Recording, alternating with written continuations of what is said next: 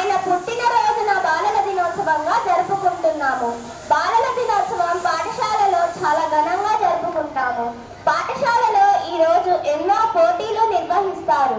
మంచి ప్రదర్శనలు ఇచ్చిన విద్యార్థులకు బహుమతులు అందజేస్తారు. పిల్లలలో ఉన్న నైపుణ్యాన్ని వెలికితీసే విధంగా ఈ వేడుకలు నిర్వహిస్తారు.